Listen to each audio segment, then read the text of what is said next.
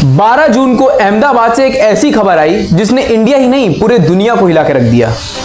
एक air India का Boeing 787 dream liner जो लंदन गैटविक के लिए उड़ान भर रहा था, टेक ऑफ के कुछ ही सेकंड्स बाद क्रैश कर गया। एक शब्द में कहें तो ये था one of the most horrifying aviation disaster. An Air India plane crashed in Ahmedabad today. It took off in the afternoon, but within minutes it plunged to the ground. 12 जून 2025 दुनिया के विमान हादसों के इतिहास के सबसे काले दिनों में से एक माना जाएगा। आज अहमदाबाद में भारत के इतिहास के सबसे बड़े प्लेन हादसों में से एक हादसा हुआ।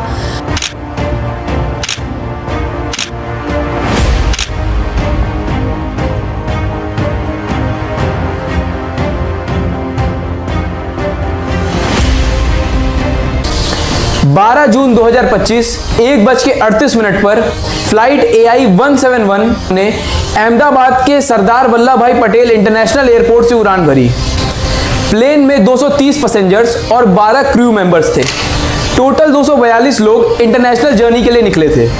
किसी ने सोचा भी नहीं था कि कुछ ही पलों में सब कुछ खत्म हो जाएगा। प्लेन ने रनवे छोड़ा, टेक ऑफ हुआ और 30 सेकंड के अंदर अंदर कुछ तो गड़बड़ हुई। फ्लाइट ने अभी सिर्फ 625 फीट की एल्टीट्यूड छुआ था जब कॉकपिट से एक अर्जेंट मेडे कॉल दी गई। कैप्टन ने बताया कि एयरक्राफ्ट थ्रस्ट लूज कर रहा है, मतलब इंजन प्रॉपर पावर नहीं दे रहा। और फिर अचानक से कांटेक्ट कट हो गया। सिर्फ आधा मिनट हुआ था और प्लेन रेडार से गायब हो गया। सबसे हैरानी की बात यह थी कि फ्लाइट किसी नए या इनएक्सपीरियंस पायलट के हाथों में नहीं था। कैप्टन सुमित सबरवाल के पास 8,200 फ्लाइंग आवर्स का एक्सपीरियंस था और उनके को पायलट क्लाइव कुंदर के पास भी 1100 से ज्यादा फ्लाइंग आवर्स के एक्सपीरियंस के साथ कॉकपिट में मौजूद थे। टोटल मिलाकर 9,300 से ज्यादा फ्लाइंग एक्सपर्टीज इनके पास थी। फिर ऐसा क्या हुआ कि फ्लाइट इनका कंट्रोल ही खो बैठा। आई विटनेस के अकॉर्डिंग फ्लाइट बहुत ही लो एल्टीट्यूड पर जिग-जैग मोशन करता दिखा और ग्राउंड पर बीजे मेडिकल कॉलेज के हॉस्टल बिल्डिंग के पास जाकर के क्रैश कर गया। एक मैसिव फायरबॉल आसमान में दिखा और हर तरफ धुआं फैल गया। प्लेन क्रैश के बाद 4 टुकड़ों में टूट गया और ब्लास्ट के बाद कुछ भी बचना मुश्किल हो गया था। प्लेन में मौजूद 241 लोगों की मौत हो गई। मिरेक्युलसली सिर्फ एक सर्वाइवर बचे, विश्वास कुमार रमेश, जो सीट 11A पर बैठे थे। आप वहाँ से इकलौते ऐसे शख्स हैं जो जिंदा बचे। वो मेरे नज़रों के सब सामने हुआ था। मेरे खुद को भी बिलीव नहीं होता कि मैं कैसे उसमें से जिंदा बाहर निकला। अभी उनका इलाज हॉस्पिटल में चल रहा है। ये इंसिडेंट सिर्फ एक क्रैश नहीं बल्कि एक रिमाइंडर है कि बोइंग जैसे एविएशन जायंट्स पर सवाल उठाना जरूरी है।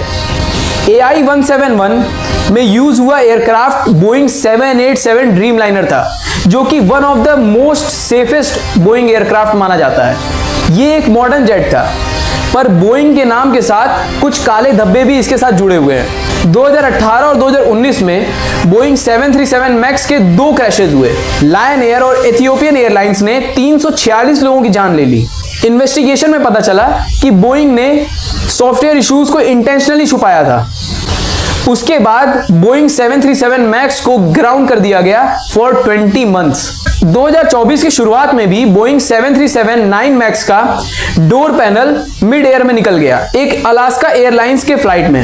मल्टीपल विसल ब्लोअर्स ने बोइंग के क्वालिटी कंट्रोल और प्रोडक्शन प्रैक्टिसेस पे सवाल उठाया है। इनमें से कुछ लोग तो मिस्टीरियसली मर भी गए। तो इस बार सवाल उठता है, क्या बोइंग की नेग्लिजेंस फिर से रिपीट हुई? ब्लैक बॉक्स डेटा अभी एनालिसिस में है, पर कुछ अर्ली इंडिकेशंस मिल चुके हैं। प्लेन के फ्लैप्स और लैंडिंग गियर टेक ऑफ के टाइम गलत कॉन्फ़िगरेशन में थे। इंजन ने भी रिक्वायर्ड थ्रस्ट जनरेट नहीं किया। मेडे के टाइम पर एयरक्राफ्ट सिर्फ 625 फीट पर था। इसका मतलब कि संभलने का मौका ही नहीं मिला। अभी तक सैबोटेज, बर्ड स्ट्राइक या मैन्युफैक्चरिंग फ्लॉज को भी कंसिडर किया जा रहा है। ये क्रैश सिर्फ स्काई में ही नहीं था, इसका इफेक्ट ग्राउंड पर भी दिखा। Medical college hostel, near by quarters और रोड पर भी इसका इंपैक्ट हुआ। अराउंड 30 से ज्यादा लोग जो कि स्टूडेंट्स, रेसिडेंट्स थे, वो इस एक्सीडेंट का शिकार बन गए।